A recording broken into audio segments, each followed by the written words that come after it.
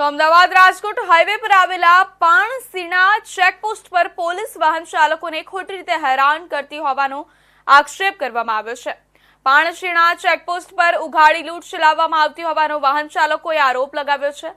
ખાનગી માણસો ઉભા રાખી નિયમોનું પાલન કરતા વાહન ચાલકો પાસે કરવામાં આવે છે ખિસ્સા ખાલી અને પોલીસ કામગીરી સામે વાહન ચાલકોએ રોષ વ્યક્ત કર્યો હતો।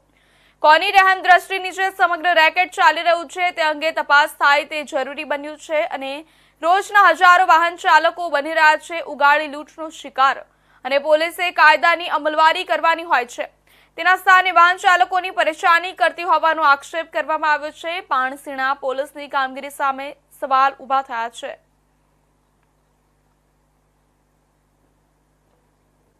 સીલ બેલ્ટ નો મેમો આપવાનું છે 500 રૂપિયાનું। ખરેખર શું હતી ઘટના? સીલ બેલ્ટ તો મેં પહેરો તો પણ વાંહેથી ફાઇલ કાઢવા ગયો ને એમને એમ કીધું કે સીલ બેલ્ટ નથી પહેરો તો એનો કે 500 રૂપિયાનો મેમો આપવાનો।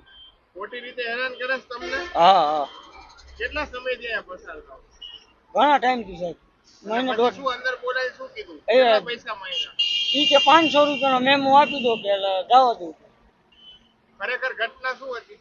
એમાં એવું હતું કે ગાડી આગળ ઊભી રાખી ને મેં કે પેલા ગાડી આગળ લઈ લીધી, મેં ગાડી આગળ લઈ લીધી બરોબર। કે 500 રૂપિયાનો મેમો દેવો પડે, કોઈ વાંધો નહીં। 500 નો મેમો મેં કઈ રીતે કે તારા કાગળિયાની કમ્પ્લેટ ફાઇલની તો તમને આપ્યું નહીં ઓરિજિનલ ડોક્યુમેન્ટ કે જે તમારે કમ્પ્લેટ નથી